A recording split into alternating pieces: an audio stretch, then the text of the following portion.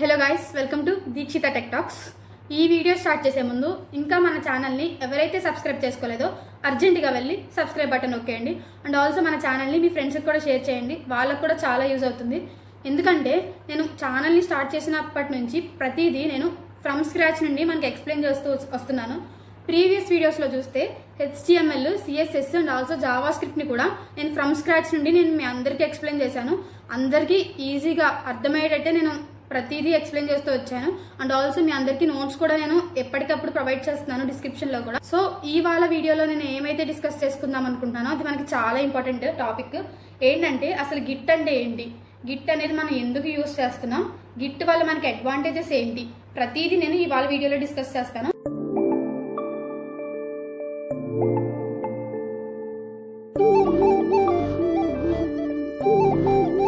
Firstly మనం ఇవాళ వీడియోలో గిట్ అంటే ఏంటో డిస్కస్ చేస్తున్నాం. ఈ గిట్ అనేది మనకి చాలా ఇంపార్టెంట్ అయిన టాపిక్. ఎందుకంటే 90% సాఫ్ట్వేర్ ఇండస్ట్రీస్ ప్రతి ఒక్కళ్ళు ఈ గిట్ గురించి ఖచ్చితంగా నేర్చుకోవాల్సిందే. ఎందుకంటే వాళ్ళందరూ యూజ్ చేసేదే గిట్. మనం చాలా మల్టిపుల్ ప్రాజెక్ట్స్ అనేవి చేస్తాం ఇండస్ట్రీలోకి వెళ్ళిన తర్వాత. సో ఈ గిట్ వల్ల మనకి ఏంటి అడ్వాంటేజెస్ అంటే, ఈ గిట్ అనేది మనకి ఒక టూల్ కింద యాక్ట్ చేస్తుంది అనమాట. It is a version control system. అసలు వర్షన్ కంట్రోల్ సిస్టమ్ ఏంటి అంటారా? ఈ వర్షన్ కంట్రోల్ సిస్టమ్ అనేది మనకి దేనికి యూజ్ అవుతుందంటే, సపోజ్ నేను ఒక డొమైన్ అనేది బిల్డ్ చేస్తున్నాను. మనం ఒక ప్రాజెక్ట్ కంప్లీట్ గా మనమే ఎప్పుడు చేయం కాబట్టి ఒక 10 మెంబర్స్ 20 మెంబర్స్ టీమ్ అనేది ఉంటారు. సో అందులో ఒక్కొక్కరు ఒక్కొక్క డొమైన్ మీద వర్క్ చేస్తారు. నేను సపోజ్ ఎగ్జాంపుల్ ఒక డొమైన్ మీద వర్క్ చేస్తాను. ఆ డొమైన్ అనేది నేను బిల్డ్ చేయాలి.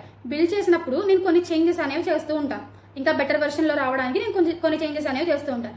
ఆ చేంజెస్ ని నేను రాసిన ప్రతి కోడ్ ని అండ్ ఆల్సో ప్రతి చేంజెస్ ని ఈ వర్షన్ కంట్రోల్ సిస్టమ్ అనేది ఆటోమేటిక్ గా ఎప్పటికప్పుడు సేవ్ చేస్తూ ఉంటుంది అనమాట. ఈ వర్షన్ కంట్రోల్ సిస్టమ్ వల్ల ఇంకొక అడ్వాంటేజెస్ ఏంటంటే, మీరు ఏదైతే చేంజెస్ చేసుకున్నారో మీ డొమైన్లో అది మనం ఈజీగా ట్రాకింగ్ అనేది చేసుకోవచ్చు అనమాట. ఇది మనకి చాలా ఇంపార్టెంట్. ఎందుకంటే సపోజ్ నేను ఒక చేంజెస్ అనేవి చేశాను, ఆ చేంజెస్ ని నేను మళ్ళా చూడాలి అనుకుంటే కొన్ని వాటిల్లో మనం చూడలేం. బట్ ఈ వర్షన్ కంట్రోల్ సిస్టమ్ వల్ల మనం పాత చేంజెస్ ని కూడా ఈజీగా చూసుకోవచ్చు అనమాట. అండ్ ఆల్సో మనం పాత వర్షన్స్ లో కూడా మనం వెళ్ళొచ్చు, దాన్ని మనం రికవర్ కూడా చేసుకోవచ్చు ఈ వర్షన్ కంట్రోల్ సిస్టమ్ వల్ల.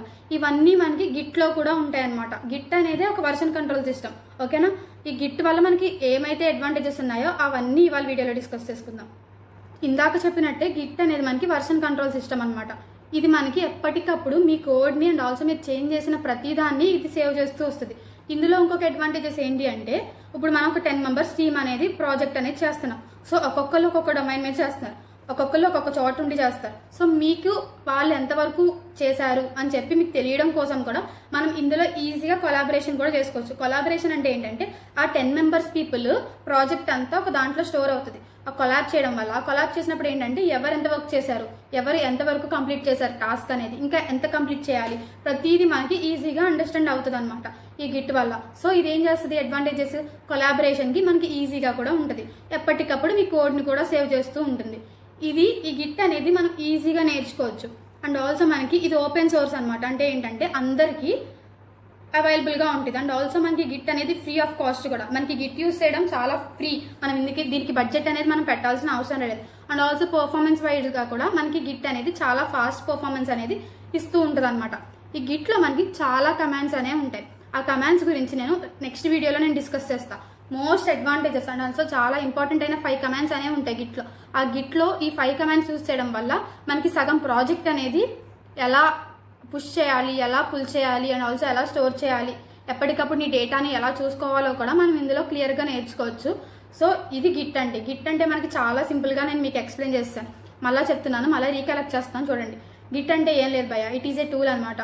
It determined as a version control system. ఈ వర్షన్ కంట్రోల్ సిస్టమ్ అంటే ఏంటి అంటే, ఈ వర్షన్ కంట్రోల్ సిస్టమ్ అనేది ఏం చేస్తుందంటే, మనం పాత చేంజెస్ ని కూడా నువ్వు ఎప్పటికప్పుడు ఈజీగా ట్రాక్ చేసుకోవచ్చు. మీ హిస్టరీని ట్రాక్ చేసుకోవచ్చు. నువ్వు రాసిన కోడ్ ప్రతిదీ ఎప్పటికప్పుడు సేవ్ అయిపోతూ ఉంటుంది అనమాట గిట్లో. గిట్ అంటే ఏంటి, ఇట్ ఈస్ ఏ టూల్ అని చెప్పా. ఇందులో కూడా మీ హిస్టరీని ఎప్పటికప్పుడు సేవ్ చేసుకోవచ్చు. మీరు పాత డేటాని చూసుకోవాలన్నా సరే మీరు చూసుకోవచ్చు అనమాట. అండ్ ఆల్సో పాత డేటాని మనం అండూ కూడా చేసుకోవచ్చు.